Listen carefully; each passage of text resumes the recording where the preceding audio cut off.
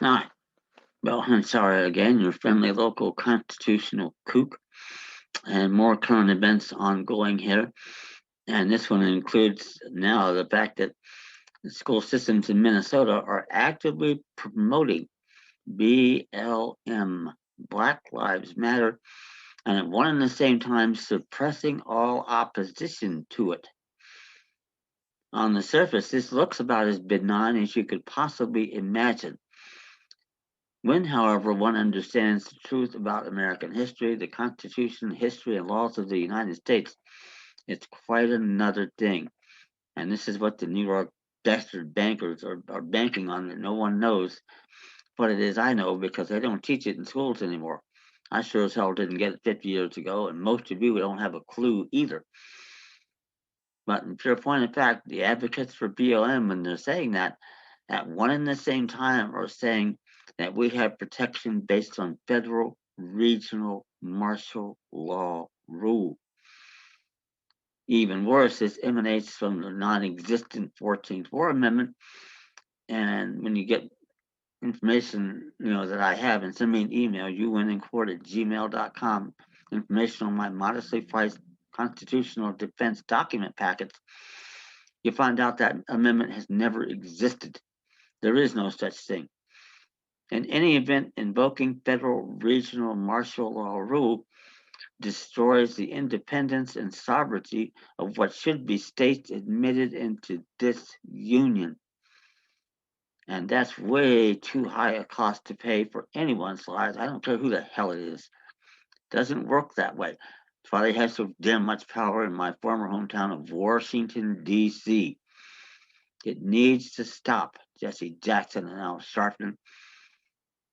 What we really need to get out there and start to say, is that I would use ALM, all lives matter, which they do, and and almost equally. Now, to be sure, the people, members of the sovereign body politic of the nation and republic, and get over it, free white male and 21. That's who it is.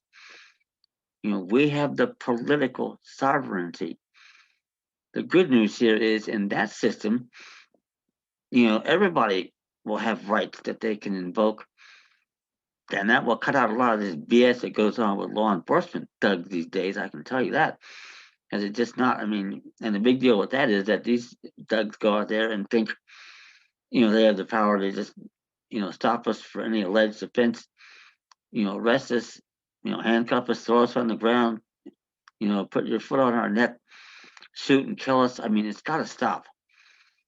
And all of it will, because all you law enforcement types out there, you got to understand here, if the state you're in isn't a state, you're not acting in any official capacity.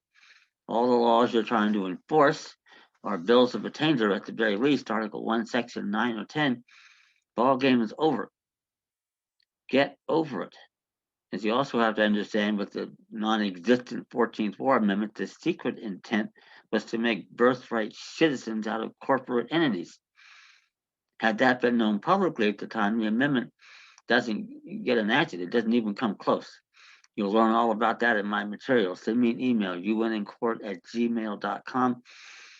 And those of you get all of my materials, you study my 84-page brief on admission of new states. And it's soon going to be close to 90 pages. I'm going to add recent events in the U.S. Supreme Court, and I mean very recent events that leave no doubt about it. So this is what has to stop. And all of this comes from the New York banksters. They're at 120 Broadway, New York. Have been running the show arguably since Hamilton came in as the first Secretary of the Treasury. Get me started on that. But if they have t-shirts and sweatshirts, what does theirs say? NLM, no lives matter. They couldn't care less. They don't recognize it and don't think they have to. And if we're all corporate entities, since when do corporations have lives to start with? That's the fatuous fiction of law that works behind the surface here. And why they think they can take over the whole country and do away with state citizenship and our sovereignty at one and the same time, changing the relationship of members of the sovereign body politic from principal and agent to guardian and ward. better yet described as master and slave. So if the freedmen from 150 years ago were alive today, they would see no difference at all in their situation, and it might be considered a lot worse, actually, from what they went through. Because slavery, no one's going to say that that's the best thing ever invented, but there are. You read a thing called "Disquisition on Government" by John C. Calhoun, and he made a speech about the positive benefits of slavery. And believe it or not, I think, especially in that era, that there were some. Like I said, not perfect, not making any excuse for it, but and also noted, and I grew up, especially in the summers, in the Old South, and there were a lot of poor whites there, especially farmers, that didn't do a whole lot better than what the blacks did. Figure they were out there working on, crop sharing and this, that, and the other, and they didn't do very well either. But they're rarely talked about. So, and not too many of them voted either, which is how the Southern aristocracy retained, the power in the states. That part wasn't very pretty. Granted, it wasn't. But that said, overall, we were close to 100% right in the war between the states, and I would have been right there behind Robert E. Lee, had I been there.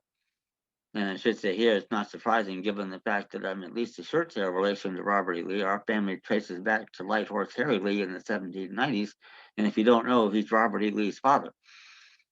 Lee was right. We were right. And it's just unfortunate that the quote unquote war ended up the way it did. A quick historical note here, by the way, is that we were entrapped to starting out the business at Fort Sumter. We got goaded into firing the first shot so they could, come in and have the war between the states for the next 4.5 years, from which the New York banksters made a hell of a lot of money hand over fist by loaning the government paper money and getting paid in gold. That's a hell of a business to be in. And we need to stop it before it gets, it's just, this is what these banksters do, going back to at least 1694 with the Bank of England. The sooner we stop this crap, and we can do it, if we work together and go in there with the right status, the right issues, and in a judicial court. And this is the only government ever invented, only nation ever invented in history where we can do it. If the Constitution still exists, and recent stunning news from the U.S. Supreme Court coming up in the next video says it does, we can do it. We have rights, we have status, we have standing. They don't. Nobody's officially in power there. They haven't been elected. They haven't been appointed. Oh, there's so many issues here. It covers all 6 articles of the Constitution. You're going to love it. Send me an email, youwinningcourt@gmail.com. I'll get you information out on what I do and why I do it. It's just stunning what happened in the course of just a couple of months of this year. So maybe we are on the road back, just not the way the modern day politicos see it. But we can get it done. That said, remember to subscribe, like the videos, tell your friends, get the word out.